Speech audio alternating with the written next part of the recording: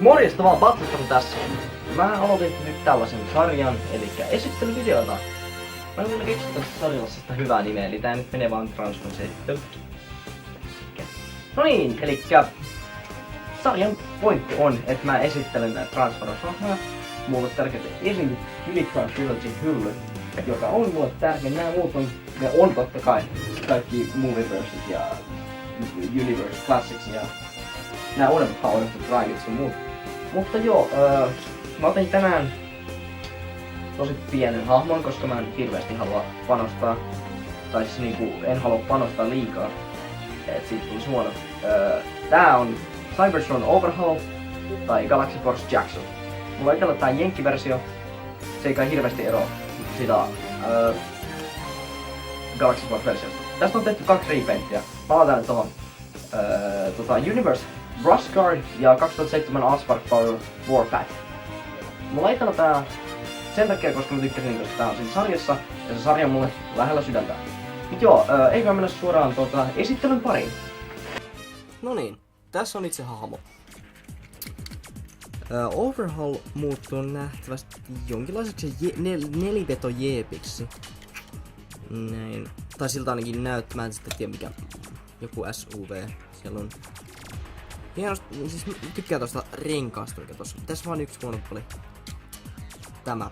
Mut vasta siellä myöhemmin. Elikkä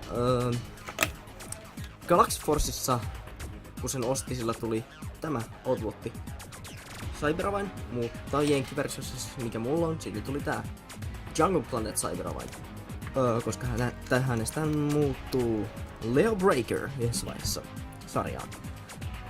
No niin, koetaan muuttaa tää. Ekaksi nämä kynnet.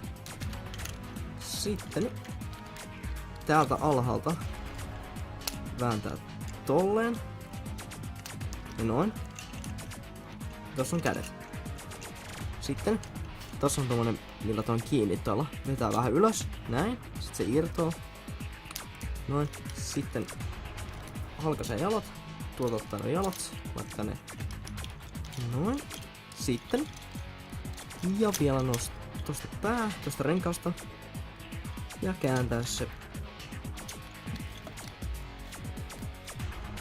Ja siinä on Overhaul tai Jackshot. Kumpi se ottaa? Mä tykkään tästä figuurista erittäin paljon.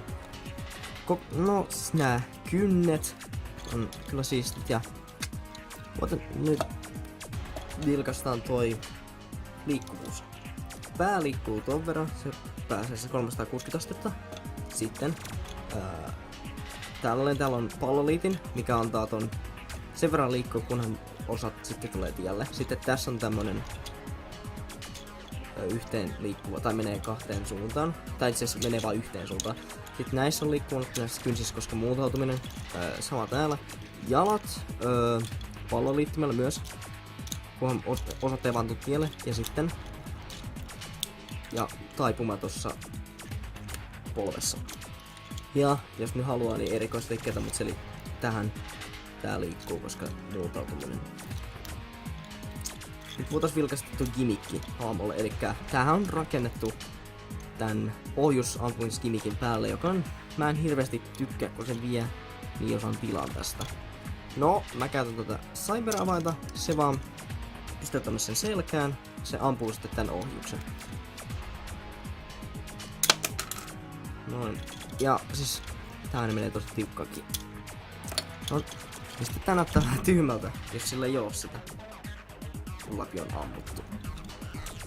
No niin, tässä on tää. Pistää se takas. No siis tällähän saa ihan hienoja niinku tällaisia asentoja tehtyä. Ihan ok.